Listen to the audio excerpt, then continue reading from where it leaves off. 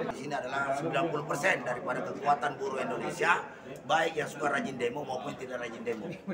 Jadi kita klaim saya seperti karena itu memang fakta tadi, dan ini juga masih banyak juga yang belum sempat teman-teman berbicara tadi, bahkan tadi tim perumus tadi, tapi kita akan buat segmen khusus nanti dan kita terus akan berkoordinasi dengan DPD RI, dan setelah kekuatan DPD RI ini sudah menyatu dengan kekuatan buruh, baru kita akan mendesak nanti kepada anggota DPR RI agar benar-benar membuat undang-undang pokok ketenagakerjaan yang benar-benar pro kepada buruh. Tidak lagi seperti kemarin-kemarin undang-undang Omnibus Law, karena kita ingin juga membantu Presiden Prabowo dalam mewujudkan pertumbuhan ekonomi sampai 8%. Karena terbukti bahwa pemerintahan Jokowi gagal meningkatkan pertumbuhan ekonomi, gagal menjaga apalagi ini daya beli masyarakat.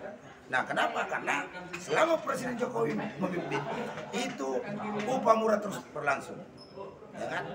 Dan kita tidak ingin itu terulang lagi. Kita ingin ke depan bahwa jika ingin pertumbuhan ekonomi 8%, maka ketenaga kerjaan sektor ketenaga itu harus digarap khusus. Makanya undang-undang ketenagaan itu harus dibuat khusus, lex spesialis. Tapi sayangnya oleh rejim Jokowi itu dibuat digabung dengan Omnibus Law. Ini cilakanya. Jadi jangan sampai terulang lagi. Dan Prabowo paham dengan konsep-konsep kerakyatan yang dia miliki. Saya yakin ke depan Prabowo bisa bersinergi dengan kita kaum buruh Indonesia untuk dapat membuat undang-undang ketenagaan yang benar-benar pro kepada buruh. Itu saya kira ya. Untuk buruh terutama di Jawa Barat dan juga luasnya Indonesia, bagaimana DPD RI hari ini bisa mengawal dan membuat peraturan perundang-undangan jauh lebih baik daripada aturan sebelumnya. Karena dengan lahirnya Undang-Undang Omnibus Law, Undang-Undang Cipta Kerja ini sudah menyalahi aturan. Jadi ketika pemerintah membuat peraturan perundang-undangan itu, yang pertama itu harus jauh lebih baik daripada aturan sebelumnya. Tidak mungkin kesejahteraan yang sudah biasa kita dapatkan di Undang-Undang 13 ini hilang dengan Undang-Undang Cipta Kerja. Jadi ini adalah kesalahan yang fatal yang sudah dilakukan oleh pemerintah pusat. Bagaimana juga kita bertubi-tubi melakukan aksi karena membuat peraturan perundang-undangan itu dikeluarkan tengah malam tanpa ada kajian akademis. Jadi kita sebagai buruh tidak dilibatkan sama sekali. Harusnya kan harus ada masukan dari para buruh. Makanya hari ini di tahun 2025 kami berharap kepada pimpinan Presiden Prabowo untuk lebih mengedepankan kesejahteraan buruh. Insya Allah negara Indonesia menjadi sejahtera. Demikian, terima kasih. Wassalamualaikum warahmatullahi wabarakatuh. Waalaikumsalam. Daerah Republik Indonesia, yang saya hormati teman-teman pimpinan Serikat Pekerja Serikat Buruh, pimpinan Konfederasi Serikat Pekerja Serikat Buruh. Jadi saya rasa kita semua mungkin dari kami memang satu pemikiran dengan kawan-kawan apa yang disampaikan. Yang jelas kami hanya menyampaikan tentang dampaknya, Pak. Dampaknya memang dari Undang-Undang 13 tahun 2003 tentang kerjaan itu memang dampaknya itu sudah sangat merugikan buruh. Ditambah lagi tentang Undang-Undang Cipta Kerja yang bolak-balik ada perubahan-perubahan terus. Nah, kedepannya yang kami berharap dari DPD RI, artinya nanti kita bersama-sama jangan sampai nanti ada perubahan-perubahan terus, karena di lapangan itu nanti berbeda-beda, Pak. Di lapangan itu sangat berbeda-beda. Ketika perubahan Undang-Undang 13 saja ke Undang-Undang Cipta Kerja, itu perubahan pun baik di pengadilan maupun di lapangan itu sangat berubah juga semua. Dampaknya ke situ. Sehingga penanganan buruh itu menjadi amburadul. Memang Undang-Undang Cipta Kerja mungkin diciptakan untuk keseluruhan buruh. 78. Tahun 2015, kemudian lahirlah kebijakan TKA, kebijakan pemagangan di tahun 2016-17, dan puncaknya tahun 2020 adalah lahirnya Undang-Undang Omnibus Law. Yang logikanya sama, yaitu ingin menghadirkan investor untuk penciptaan lapangan pekerjaan dalam rangka untuk pertumbuhan ekonomi. Jadi orientasi itu salah. Nah, karena hari ini kami secara prinsip, secara falsafahnya adalah ketika hari ini sudah bersepakat antara DPR dan Kementerian Energi, dalam hal ini juga adalah Pak Prabowo, maka orientasi dasarnya kembalikan lagi, Pak. Ketika menyusun undang-undang perburuhan nanti, baik itu undang-undang revisi undang-undang kerjaan, dan juga kemarin kita koordinasi itu juga ada namanya undang-undang SJSN, Sistem Jaminan Sosial Nasional nomor 40 tahun 2004, kemudian juga ada undang-undang PPHI, penyelesaian persiapan industrial. Maka orientasinya adalah kembali ke pembangunan Departemen, sama lah basisnya kayak Mak Posisarya, Pak. Jadi yang diutamakan adalah orangnya, sejahteraannya, perlindungannya sebagai basis negara ini didirikan, bukan investor. Tamsil yang saya hormati sebagai all crack di DPD. DPD ini adalah senator. Jadi betullah pertemuan ini. Kami tidak lagi sepertinya kami sudah frustrasi menghadapi koalisi politik jahat di DPR dan pemerintah tadinya. Sekarang kami mengharapkan DPD yang senator itu, yang adalah suara rakyat bersih, suara rakyat murni, melaksanakan. Omnibus Law yang dikatakan oleh teman-teman ini adalah suatu keputusan jahat politik. Dia diputus Undang-Undang 11 2020 dan diputus oleh MK saat itu adalah inkonstitusional bersyarat 2 tahun. Setelah bersyarat dihajar dengan politiknya Perpu. Padahal MK dasar hukumnya adalah unbinding. Tapi dihajar Perpu, kalah dia. Dia masuk ke dalam koalisi politik DPR. Dibikin lagi Undang-Undang 6 2022. Inilah inkonstitusional. Mutlak, bukan bersyarat lagi, mutlak. Jadi DPD betul lah. Kami dukung, seperti tadi teman mengatakan Tukarel. Kami dukung, bukan di depan, di belakang. Di depan, di tengah, di belakang. Jadi ya, tampil, cenderung tidak. Lillahi ta'ala.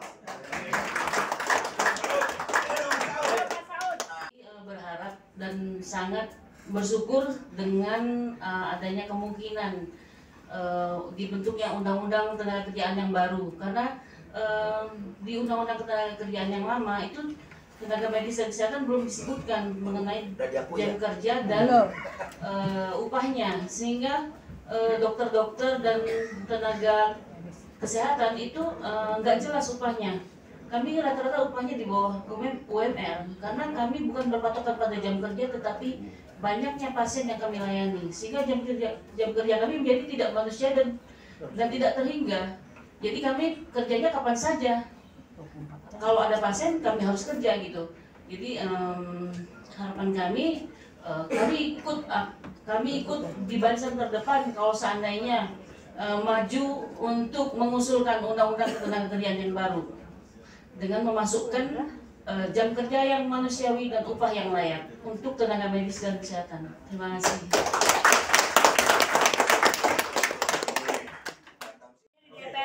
Berbicara langsung tentang masalah ini, saya hanya ingin berbicara kepada Pak Tamsil, tokoh lama, tokoh tua, yang memang kita sudah kenal. Beliau sangat lurus dibandingkan dengan anggota dewan yang lain. Sebab kita tahu DPR RI adalah kumpulan perwakilan dari parpol.